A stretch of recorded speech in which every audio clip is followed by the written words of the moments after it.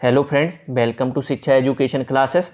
दोस्तों, आज मैं फिर आप लोगों के साथ अभी तिवारी एमपी की ऑब्जेक्टिव सीरीज के साथ, जिसमें हम लोग एमपी की chapter wise objective series solve कर रहे हैं। अभी जो चैप्टर कर रहे हैं हम लोग वो है मध्य प्रदेश की भौगोलिक स्थिति और उसका विकास। यदि दोस्तों आप चैनल पर नए हैं तो आप चैनल को सब्सक्राइब कर लें, और इसके साथ साथ जो भी स्टूडेंट आज नया देखे से इसके पहले जो लेक्चर अपलोड किए गए हैं वो आप प्ले लिस्ट पर जा करके देख सकते हैं। आपको एवरीडे रात 9 बजे ऑब्जेक्टिव सीरीज के साथ हम लोग मिला करेंगे, जो आपकी 1 घंटे की रहेगी, जिसमें आपकी एमपी, पंचायती राज व्यवस्था, साइंस और आपके एमपी टेट के बाल विकास और शिक्षण शास्त्र अन्य सब्जेक्टों के हैं, उन पर चर्चा की जाएगी। पूरे ऑब्जेक्टिव सेशन ही है, 1 घंटे से सवा घंटे का रहेगा। चलिए दोस्तों, आज का पहला क्वेश्चन है, जिसके नाम का मतलब मोर की जगह है, मध्य प्रदेश में कौन सा जिला है। देखिए, मोर के नाम से जो मध्य प्रदेश में विख्यात है वो है मुरैना। चूंकि मुरैना में सबसे अधिक मात्रा में मोर पाए जाते हैं, जिस कारण से यहाँ का नाम मोर की जगह या मुरैना उसी के नाम से संबंधित करते हुए रखा गया है। तो इसका राइट आंसर हो जाएगा ऑप्शन नंबर डी। चलिए दोस्तों, अगला क्वेश्चन, नर्मदा के पूर्वी छोर और सतपुड़ा के पूर्वी छोर खाली स्थान पर मिलते हैं। कहाँ पर मिलते हैं? नर्मदा के पूर्वी छोर और सतपुड़ा के पूर्वी छोर दोनों कहाँ पर मिलते हैं? ये दोनों अमरकंटक पर मिलते हैं। इसका option number C right answer हो जाएगा। क्या हो जाएगा दोस्तों इसका right answer? Option number C, Amarkantak पर मिलते हैं। चूंकि अमरकंटक यदि देखें हम लोग तो मैकाल पहाड़ी पर ही एक सबसे ऊंचा स्थान है, जहां से आप देखें तो नर्मदा और सोन नदी यहां से निकलती है। ये मध्य प्रदेश के अनूपपुर जिले की पुष्पराजगढ़ तहसील नामक स्थान वहीं पास में है अमरकंटक, वहां उस तहसील से निकलती है। तो ये याद रखना है दोस्तों, अमरकंटक कहां पर किस जिले में पड़ता है? अनूपपुर जिले में पड़ता है। चलिए दोस्तों, अगला क्वेश्चन आपका ये रहा, मैकाल पहाड़ियां विभिन्न नदियों का स्रोत है, इसलिए इसको कहा जाता है। देखिए, मैकल पहाड़ी की ही अभी बात हो रही थी, जहां से अमरकंटक मैकल की टॉप पीक पड़ती है, वहां पर चोटी पड़ती है, जहां से नर्मदा और सोन नदी निकलती है। इसके अलावा भी वहां से महानदी, ताप्ती, पांडु, मैकल श्रेणी की बात है कर रहे हैं, वहां पर ताप्ती, पांडु, कन्हार, रिहंद, बिजुल, गोपद, ये सभी आपकी नदियां वहां से निकलती हैं। तो मैकाल पहाड़ियां विभिन्न नदियों का स्रोत है, सही है। मैकाल से इतनी सारी नदियां निकलती हैं, इसलिए नदियों का स्रोत है। इसको क्या कहा जाता है? तो दोस्तों, इसको कहा जाता है वाटर शेड। इसको क्या कहते हैं? इसको वाटर शेड कहा जाता है। इसका option number C right answer हो जाएगा। चलिए दोस्तों, अगला क्वेश्चन देखते हैं। अगला क्वेश्चन आपका ये रहा, मध्य प्रदेश के भौगोलिक केंद्र का गांव है, कौन सा गांव है? देखिए, यहां पर जबलपुर के पास करोड़ी, देवास में बागली, बैतूल में अमला, बैतूल का शाहपुर। यहां पर जो राइट आंसर है वो है जबलपुर के पास करोड़ी।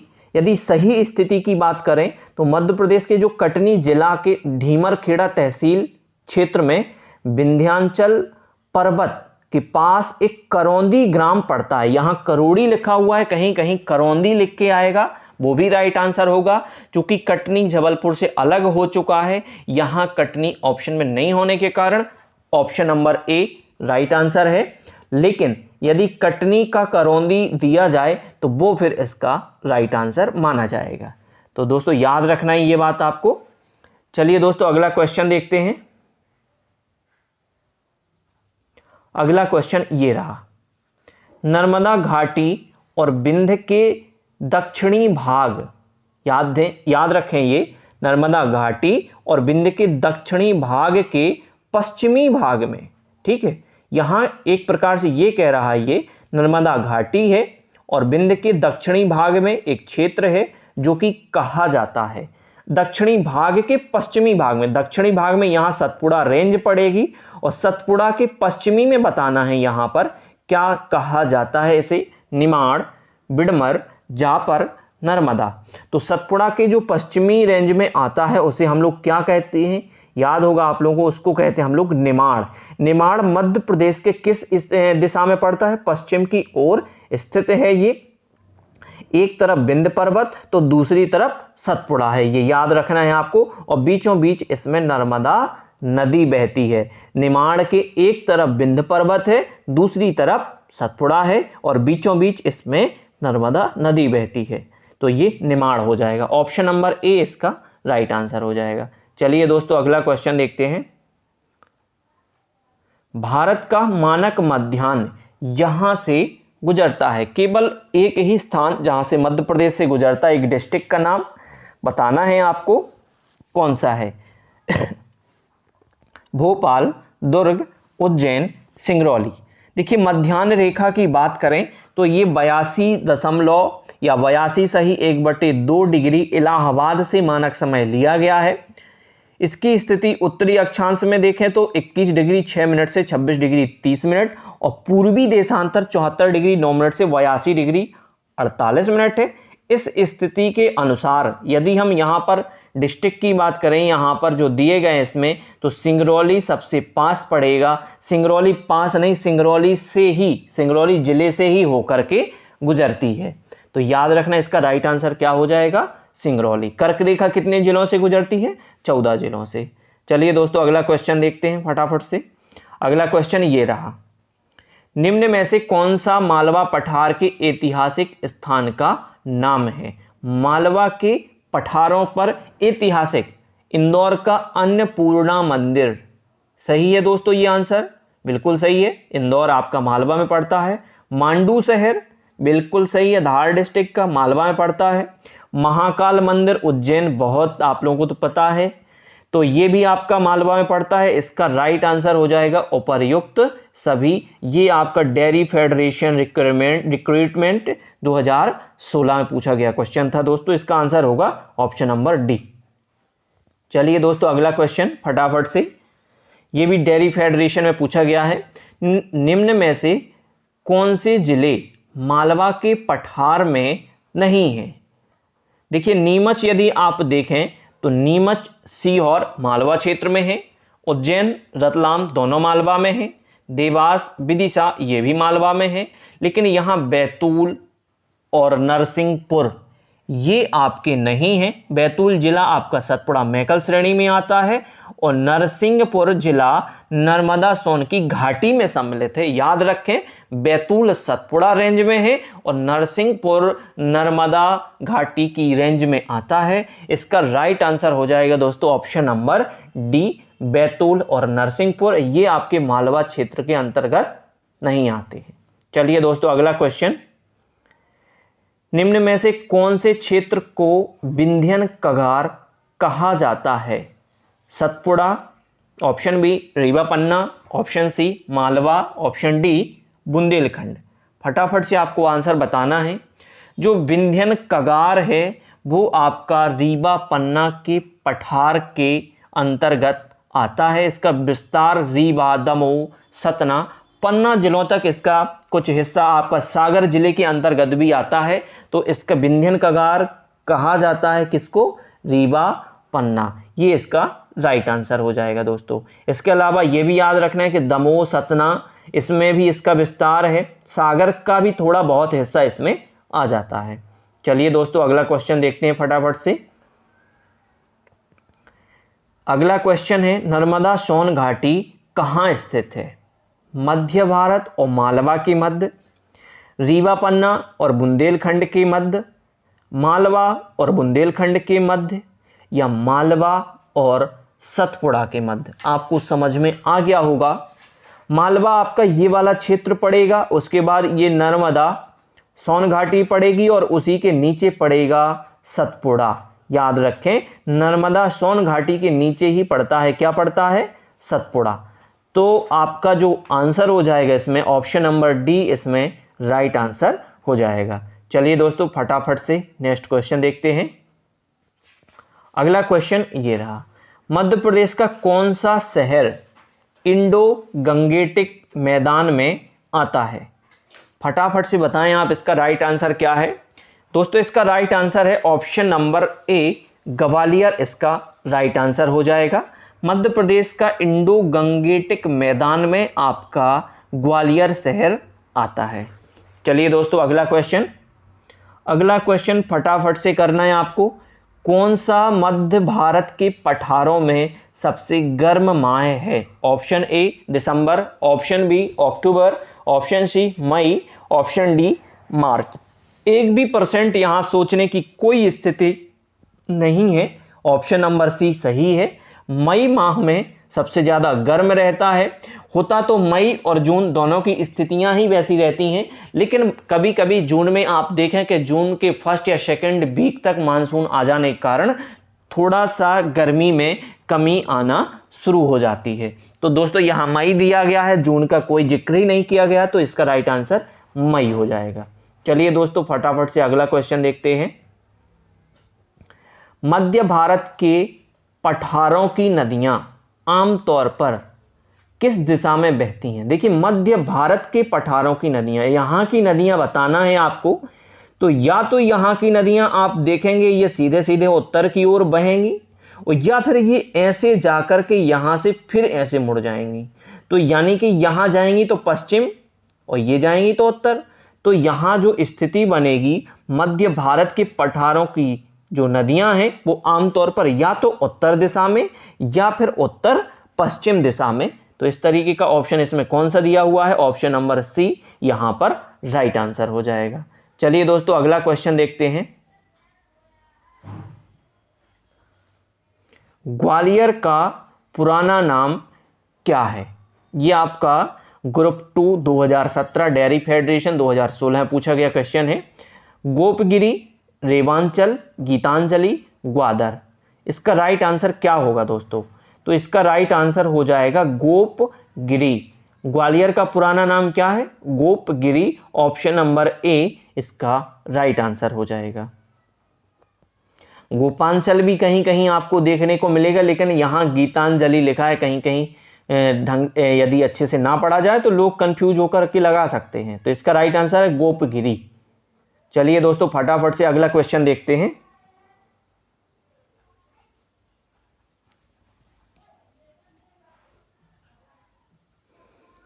मध्य प्रदेश की सर्वाधिक सीमा किस प्रदेश से लगती है? Option A Gujarat, option B Chhattisgarh, option C Uttar Pradesh और ऑप्शन डी राजस्थान। ये बड़ा कंफ्यूज है इस क्वेश्चन में। देखिए कहीं कहीं आपको राजस्थान देखने को मिलेगा, कहीं कहीं आपको उत्तर प्रदेश देखने को मिलेगा, लेकिन यहाँ पर जो राइट आंसर होगा वो होगा आपका कौन सा होगा? ये आपका डेयरी फेडरेशन में पूछा गया क्वेश्चन था। उस टाइम जो इसका आंसर माना गया वो माना गया आपका राजस्थान। ये एग्जाम ने माना हुआ है, ठीक है। और प्रदेश की जो सर्वाधिक सीमा है, यहाँ जो राजस्थान से सीमा है लगभग 1600 किलोमीटर के आसपास लगती है। कितनी लगती है दोस्तों? 1600 किलोमीटर के आसपास लगती है। लेकिन यदि आप मध्य प्रदेश संदर्भ ग्रंथ के अनुसार देखें तो सर्वाधिक सीमा राजस्थान के साथ लगी है, और सबसे कम सीमा कहाँ के साथ लगती है? सबसे कम सीमा आपकी गुजरात की। लेकिन कुछ किताबों में आप देखेंगे वहाँ आपको उत्तर प्रदेश भी देखने को मिल जाएगा। लेकिन ये डेयरी फेडरेशन 2016 में जब पूछा गया था तो इन्होंने संदर्भ ग्रंथ के अनुसार राजस्थान को सबसे ज़्यादा माना था। मैं वही आपको आंसर बता रहा हूँ। चलिए दोस्तों अगला क्वेश्चन आपका ये रहा। जानापाव चोटी किस क्षेत्र का भाग है? जानापाव भी आपको याद होगा, सिगार भी याद होगा और धजारी भी याद होगा। ये सभी मैंने आपके साथ चर्चा की हुई है। फटाफट से आप आंसर बता सकते हैं। अब जानापाव पहाड़ी मालवा के अंतर्गत आता है, क्योंकि मालवा में 3 मुख्य पहाड़ियां हैं, चोटियां हैं, सिगार चोटी, जानापाव और धजारी। जानापाव की जो यहाँ पर ऊंचाई है वो कितनी है? 854 किलोमीटर, नहीं सॉरी 854 मीटर, किलोमीटर में नहीं है, सॉरी यहाँ पर 854 मीटर है। जानापाव पहाड़ी से ही आप याद रखें चंबल नदी का उद्गम होता है। चंबल नदी का उद्गम कहाँ से होता है? जानापाव पहाड़ी से ही चंबल नदी का उद्गम होता है। तो मालवा में कौन कौन सी पाई जाती हैं? सिगार, हजारी, जाना पाओ। चलिए दोस्तों अगला क्वेश्चन देखते हैं फटाफट से। अगला क्वेश्चन ये रहा, मालवा का पठार सबसे गर्म महीना कौन सा होता है? अभी अभी आप लोगों के साथ चर्चा हुई, सबसे गर्म महीना कौन सा होता है? मई माह का होता है। जून भी गर्म होता है, लेकिन जून में मानसून आ जाने के कारण, तेज हवाएं आने के कारण और बादल छाने के कारण कुछ आपकी राहत महसूस होती है, इसलिए इसका राइट आंसर हो जाएगा ऑप्शन नंबर सी, मई इसका राइट आंसर हो जाएगा। चलिए दोस्तों अगला क्वेश्चन, मध्य प्रदेश के प्रमुख रूप से कितने प्राकृतिक विभागों में बांटा गया है? देखिए यहां पर मुख्य रूप से, यहां प्रमुख रूप से पूछा गया है। देखिए मैं पहले आप लोगों को पढ़ा चुका हूं कि प्राकृतिक विभाग कितने रूपों में बटा हुआ है मध्य प्रदेश, 7 उसमें बटा हुआ है, लेकिन यहां पर आपसे पूछा गया है प्रमुख रूप से। यदि हम प्रमुख रूप से देखें तो ये 3 भाग हैं, मध्य उच्च प्रदेश, सतपुड़ा मैकल श्रेणी और पूर्वी पठार या बघेलखंड का पठार। ये ऑप्शन नंबर बी इसका राइट आंसर होगा, मध्य उच्च प्रदेश, मध्य उच्च प्रदेश के बाद सतपुड़ा, सतपुड़ा के बाद बघेलखंड, ये याद रखना है 3। अब जब मध्य उच्च प्रदेश की बात करते हैं तो यहां मध्य भारत का पठार, मालवा का पठार, नर्मदा सोन घाटी और यहां पर बुंदेलखंड का पठार और रीवा पन्ना का पठार। तो ये जो यहां पर एक स्थिति है, एक की 5 स्थितियां हो गई और सतपुड़ा और बघेलखंड को भी ऐड कर देंगे तो 5 और 2 7 हो जाएंगे। इस तरीके से प्रमुख रूप से 3 और अगर टोटल पूछा जाए तो 7 प्राकृतिक विभागों में बांटा गया है। चलिए दोस्तों अगला क्वेश्चन ये रहा, फटाफट से आप आंसर दें इसका, बहुत सिंपल क्वेश्चन है। बुंदेलखंड पठार की सबसे ऊंची चोटी कौन सी है? सिद्ध बाबा चोटी, जाना पाव चोटी, सिगार चोटी या फिर सहान चोटी? इसका दोस्तों राय देखिए, सिगार जो है वो तो आपका मालवा का है, जाना पाव मालवा का है, ठीक है। अब यहां पर जो सिद्ध बाबा की चोटी है ये बुंदेलखंड पठार की सबसे ऊंची चोटी है। इसकी जो ऊंचाई है वो कितनी है? 1172 मीटर। कितनी है दोस्तों? 1172 मीटर हो जाएगी बुंदेलखंड पर सिद्ध बाबा चोटी की ऊंचाई। चलिए दोस्तों अगला क्वेश्चन देखते हैं फटाफट से। अगला क्वेश्चन आपका ये रहा, मध्य प्रदेश में पृथ्वी का केंद्र किस जगह को माना जाता है? आप सभी लोगों को इस क्वेश्चन का आंसर याद होगा, मंगलनाथ उज्जैन मध्य प्रदेश की धार्मिक नगरी बोले कही जाती है उज्जैन। क्षिप्रा नदी के तट पर मंगलनाथ का प्रसिद्ध मंदिर है और यहाँ पर 84 महादेवों में 47वें महादेव मंगलनाथ को ही पृथ्वी का केंद्र माना जाता है। तो इसका दोस्तों राइट आंसर क्या हो जाएगा? Option number B right answer हो जाएगा, ध्यान रखना है आपको। चलिए दोस्तों अगला क्वेश्चन फटाफट से, जबलपुर मध्य प्रदेश की राजधानी के रूप में है, व्यापारिक राजधानी, संगीत राजधानी, पर्यटन या कोई नहीं? आप लोगों को याद होगा जो जबलपुर है वो संस्कार राजधानी के नाम से जाना जाता है। किस नाम से? संस्कार राजधानी। और यहां पर संस्कार ऑप्शन में नहीं दिया है, इसलिए इसका ऑप्शन हो जाएगा ऑप्शन नंबर डी। व्यापारिक राजधानी के आधार पर देखें आप तो व्यापारिक राजधानी कहाँ है? इंदौर में है। संगीत राजधानी कहाँ है? मैहर में है। और पर्यटन की बात करें तो पर्यटन आप लोगों को पता ही होगा, पचमढ़ी पर्यटन के लिए बहुत प्रसिद्ध है, ठीक है। चलिए दोस्तों अगला क्वेश्चन, संगीत के लिए यहां यह भी याद रखना है ग्वालियर, एक ग्वालियर आपका मुख्य स्थान है जहां पर संगीत संचालित होता है।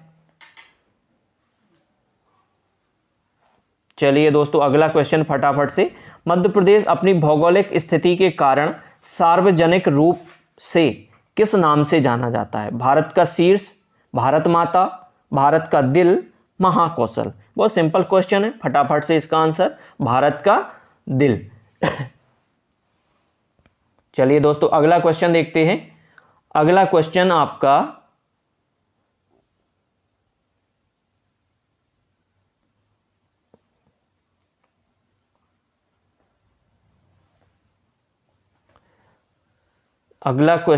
ये रहा। चलिए दोस्तों फटाफट से आप इसका आंसर दें। इनमें से किस राज्य की सीमा मध्य प्रदेश की सीमा का हिस्सा नहीं है। देखिए उत्तर प्रदेश, छत्तीसगढ़, महाराष्ट्र, राजस्थान और गुजरात 5 जगह से लगती है। इसमें ऑप्शन डी पश्चिम बंगाल दिया है, ये राइट आंसर हो जाएगा। इसके अलावा कोई ज़्यादा इसमें सोचने की आवश्यकता ही नहीं है, बहुत सिंपल क्वेश्चन भी है। चलिए दोस्तों अगला क्वेश्चन आपका ये रहा, देश के क्षेत्र का लगभग कितने प्रतिशत भाग मध्य प्रदेश से ढका हुआ है? आप लोगों को इस क्वेश्चन का आंसर पता होगा।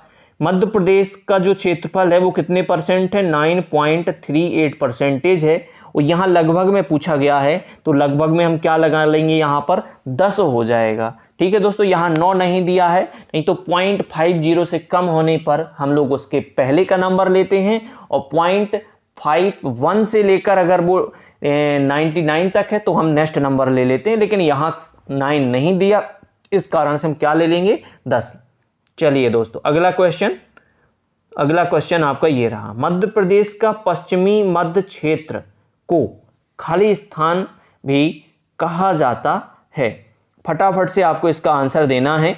मध्य भारत का पठार, मालवा का पठार, रीवा पन्ना का पठार या नर्मदा सोन घाटी। तो मध्य प्रदेश का जो पश्चिमी मध्य क्षेत्र है, बीचों बीच पश्चिमी मध्य क्षेत्र है, उसे जाना जाता है मालवा के पठार के अंतर्गत। इंदौर, उज्जैन, देवास ये आपका मालवा क्षेत्र के अंतर्गत आता है। चलिए दोस्तों अगला क्वेश्चन आपका ये रहा, मध्य प्रदेश की प्राकृतिक सीमा के संदर्भ में कौन सा युग्म सत्य है?